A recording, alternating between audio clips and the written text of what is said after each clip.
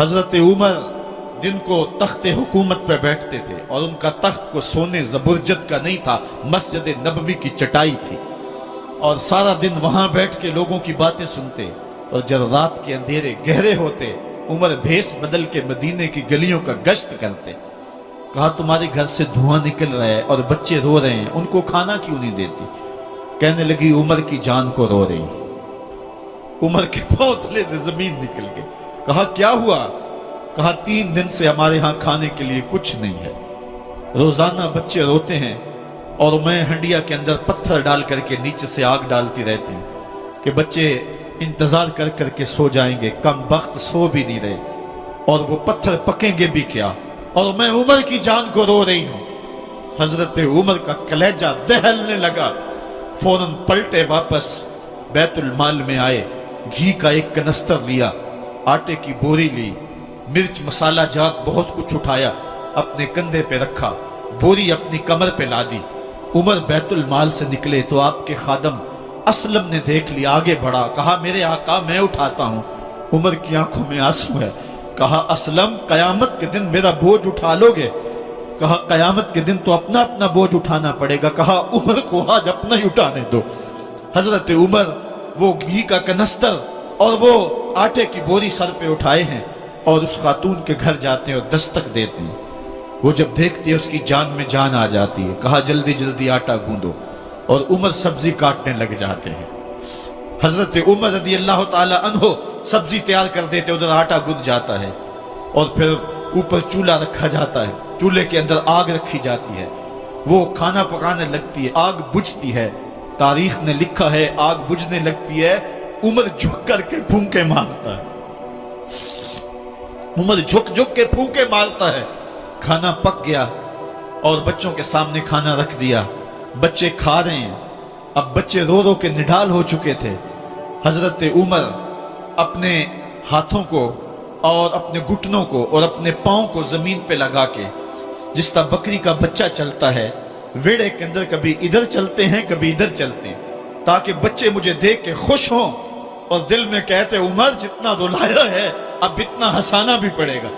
तो कभी उमर अमीरुल मोमिनीन, ये मैं किसी आज के जो है वो लोगों के वोटों पे मुंतखब होने वाले हुक्मरान की कहानी नहीं सुना रहा, मैं उस उमर की कहानी सुना रहा हूं जो 23 लाख मुरब्बा मील का हुक्मरान है, आधी दुनिया का बादशाह है। हजरत उमर जो है जिस तरह बकरी का बच्चा चलता है, इस तरह अपने हाथ और अपने घुटने जमीन पे टेक करके जो है वो इस तरह चलते हैं। बच्चे उमर को देख के मुस्कुराते हैं। जब बच्चे मुस्कुराने लगे तो हजरत उमर ने उस खातून से कहा बुढ़िया उमर को माफ कर दे। उसने कहा तू इतनी हमदर्दी क्यों करता है? कहा उमर बेचारा बड़ा फंसा हुआ है, फिक्र है उसको यरमूक को फुस्तात हुलवान की, जब फतह है मिस्र तो तैयारी है ईरान की, आते जाते वफद से मुलाकात भी करता होगा और शब को मालूम हालात भी करता होगा, कांटों में उलझी हुई बेचारे की जान है, नींद उसको भी आती है, आखिर वो इंसान है, मेरी बहन उमर को माफ कर दे। उसने कहा नाना उमर की बात मेरे सामने न कर, कयामत का दिन होगा, उमर का गिरेबान होगा और मेरा हाथ होगा। जब उसने ये बात कही तो उमर बर्दाश्त न कर सके, बच्चों की तरह बिलक बिलक कर रोने लगे। कहा वो बदनसीब उमर तेरे सामने है, आज ही कहला जो कहना है, कयामत के दिन मुझे माफ रखना। उसने कहा तू उमर है? कहा बदनसीब उमर तेरे सामने खड़ा हूं। मेरे उमर कहते हैं अगर दजला के किनारे एक बकरी का बच्चा भी प्यासा मर गया उसका हिसाब भी उमर से लिया जाएगा। हजरत उमर निकले यरूशलेम में, एक ऊंट है एक गुलाम है, कभी वो सवार होता है कभी आप बारी मुकर्रर की है।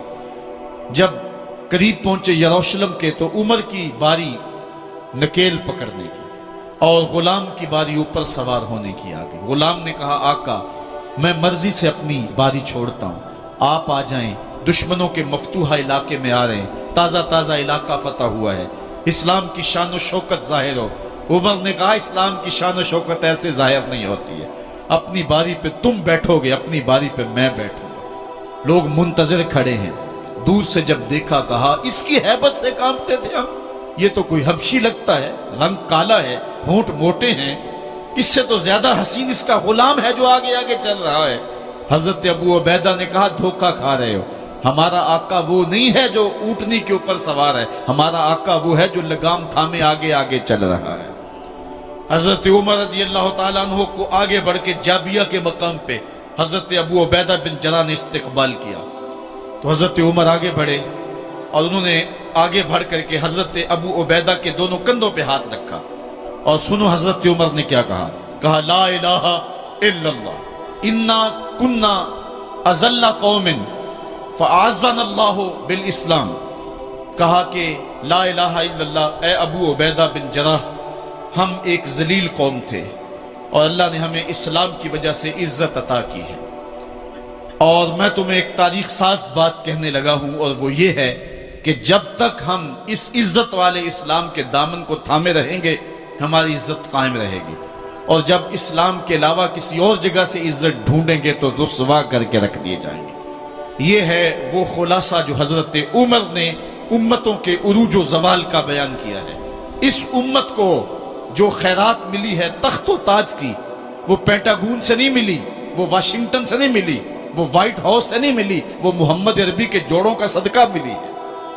اس لیے جب ہم نے اسلام سے انحراف کیا، پاکستان حاصل کیا گیا تھا، پاکستان کا مطلب کیا؟ لا الہ الا اللہ۔ ہم نے اس نعرے کو چھوڑ دیا ہوا ہے، ہم نے انحراف کر دیا ہے۔ آج ہماری نظریں مغرب کی طرف لگی ہے کہ تخت و تاج اس سے نصیب ہوتے ہیں، اور دنیا کے اوپر ہم رسوا ہو کے رہ گئے۔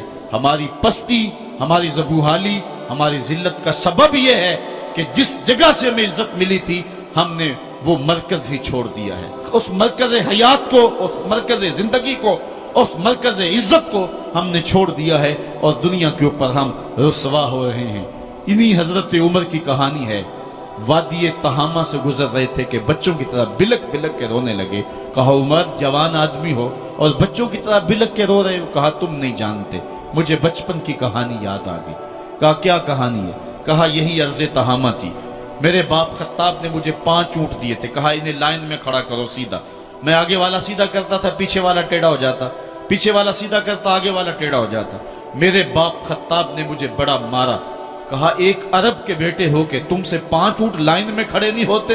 کہا ایک زمانہ عمر پہ وہ تھا کہ اس سے 5 اونٹ لائن میں کھڑے نہیں ہوتے تھے، اور آج شرق سے لے کر غرب تک 23 لاکھ مربع میل کی حکمرانی، اور انسان بھی لائن میں کھڑے ہیں۔ یہ محمد عربی کے جوڑوں کا صدقہ نہیں ہے تو اور کیا ہے؟ عمر سے تو 5 اونٹ لائن میں کھڑے نہیں ہوتے تھے۔